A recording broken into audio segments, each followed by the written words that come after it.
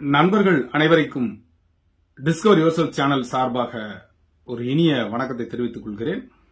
So இன்னைக்கு நம்மளுடைய discover yourself சேனல்ல ஒரு சின்ன ஒரு மோட்டிவேஷன், எப்படிலாம் நாம ஒரு போட்டித் தேர்வுக்கு தயாராகிறோம், ஆனா அதுல வெற்றி கிடைப்பது இல்லை.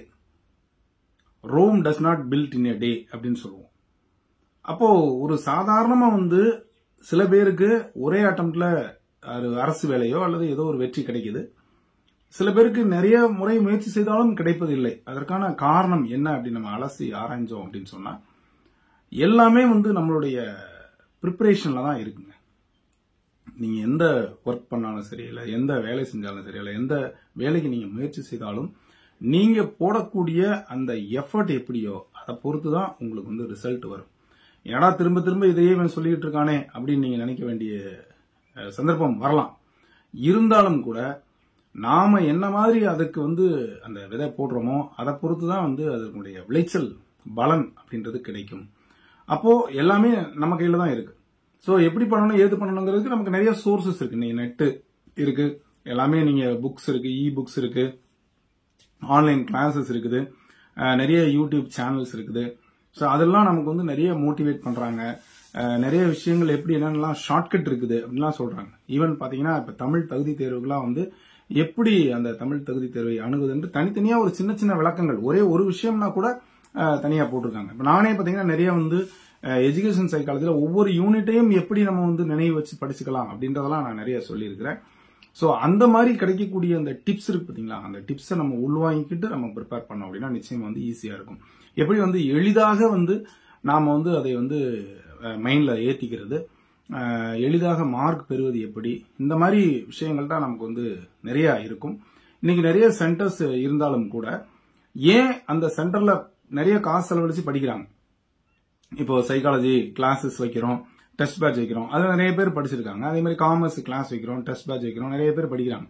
ஆனா சார் நான் நிறைய வெளில தான் போய் படிச்சேன், நான் நிறைய மெட்டீரியல்ஸ்லாம் வாங்கினேன், ஆனாலும் என்னால அதிகமான மதிப்பெண்கள் நான் எடுக்க முடியல அப்படின்னு சொன்னா, குறைகள் என்பது எல்லார்ட்டையும் இருக்கத்தான். ஆனா உங்களுடைய எஃபர்ட் சரியில்லை அப்படிதான் நான் சொல்லுவேன்.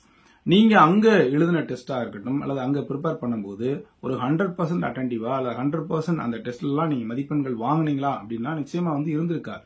அப்படி வாங்கியிருந்தீங்கன்னா நீங்க நல்லாவே பண்ணியிருந்திருப்பீங்க. அப்போ நம்ம போடக்கூடிய எஃபர்ட்ல தான் இருக்கு. Efforts only make effective. அந்த எஃபெக்டிவா வரணும் அப்படின்னு சொன்னா நீங்க போடக்கூடிய முழு எஃபர்ட் தான். அந்த எஃபர்ட் எப்படி போறது நம்ம நிறைய பார்த்திருக்கிறோம். சோ எப்படி பண்ணணும் அல்லது எந்த மாதிரி நம்ம அந்த எஃபோர்ட் போடணும் அப்படிங்கிறதுக்கு நிறைய நம்ம சொல்றது முயற்சி, பயிற்சி. இதுதான் திரும்ப திரும்ப அந்த பயிற்சி எடுப்பதன் மூலம் தான் நம்ம இருக்க முடியும்.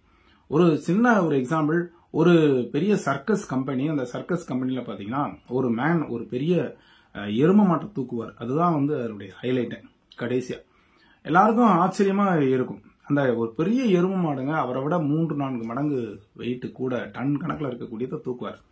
அப்போ எல்லாரும் ஆச்சரியமா இருக்கும்போது அவர்கிட்ட ஒரு முறை கேட்கறாங்க. அந்த ரகசியத்தை சொல்லும் போது சொல்றாரு, அந்த எருமை மாடு சிறு கன்றுக்குட்டியாக இருக்கும் பொழுதே நான் அந்த தூக்கிக்கிட்டே இருப்பேன். சோ அந்த எடை கூட கூட இவர் வாட்டுக்கு தூக்கிட்டே இருக்கிறாரு. அந்த பிராக்டிஸ் பாத்தீங்கன்னா ஒரு பெரிய எரும மாட்டை தூக்கி அந்த தோளில் போட்டுக்கொள்ளக்கூடிய அளவுக்கு அது அவரால் முடியுது அப்படின்னு சொன்னா, நம்ம we have to shoulder the responsibility by என்ன செய்யணும், கொஞ்சம் கொஞ்சமா அந்த குவான்டிட்டியை உள்ள போடணும். அப்பதான் எடுத்த உடனே புக்கை பார்த்த உடனே தூக்கம் தான் வரும்.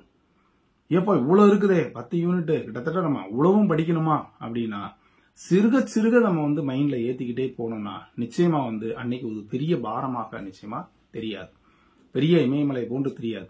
சிறுக சிறுக நாம அதை கொஞ்சம் கொஞ்சமா அந்த பிளான் பண்ணி பண்ணும்போது நிச்சயமா ஜெயிக்க முடியும். அதை தான் நான் சொல்லுவேன். ஒரு யானை உங்களால் சாப்பிட முடியுமா? நிறைய பேர் நோ சொல்லுவீங்க. எஸ், எப்படி சாப்பிடணும்னு நான் சொல்லவே இல்லை. அப்ப அதை எடுத்து அதை போட்டுட்டு உப்பு கண்டமா போட்டு நான் 1 வருஷம் சாப்பிடுவேன் அப்படின்லாம் நம்ம என்ன செய்யலாம் சொல்ல முடியும். அதை போன்றுதான் எந்த செயலாக இருந்தாலும், மிகப்பெரிய செயலாக இருந்தாலும் சரியாக திட்டமிட்டு நீங்க போடுற எஃபோர்ட் அப்படின்னு சொல்றது கொஞ்சம் கொஞ்சமா போட்டுட்டீங்கன்னா நிச்சயமா அந்த ஒரு மனிதர் பெரிய எரும மாட்டவே தூக்குனது போன்று நீங்க அழகா அந்த சிலபஸை நன்றாக முடித்து 150க்கு 150 கூட வாங்க முடியும்.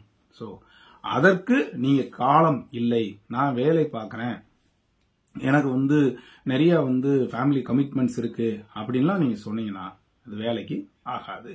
அப்போ எல்லாத்தையும் நீங்க வந்து சாக்ரிஃபைஸ் பண்ணணும். ஒன்றை இழந்தால் தான் மற்றொன்று கிடைக்கும். ஸோ இழப்பதற்கு நீங்கள் தயாராக இருந்தனால் கண்டிப்பாக பெறுவதற்கும் தயாராக இருப்பீர்கள். உங்களுடைய சோம்பல், அப்புறம் அந்த டிவி வாட்ச் பண்ற விஷயங்கள், அப்புறம் நெட்ல ஸ்பெண்ட் பண்ற டைம் எல்லாத்தையும் தூக்கி போட்டுட்டு ஒரே ப்ரிப்பரேஷன் பண்ணணும் அப்படின்ற ஒரு வெறியோட இருந்தீங்கன்னா நிச்சயமா ஜெயிக்க முடியும். ஸோ அந்த நம்பிக்கையோடு இதை உங்களுடைய நண்பர்கள் அனைவருக்கும் ஷேர் பண்ணுங்க, லைக் பண்ணுங்க, கமெண்ட் பண்ணுங்க. இது வரைக்கும் டிஸ்கவரி யோசப் சேனலை சப்ஸ்கிரைப் பண்ணி கொடுத்துட்டு பெல்லைக்கானை கிளிக் பண்ணிட்டு வாங்க மறக்காம செலக்ட் பண்ணுங்க. மீண்டும் அடுத்த ஒரு நல்ல வாய்ப்பில் சந்திக்கிறேன். நன்றி, வணக்கம்.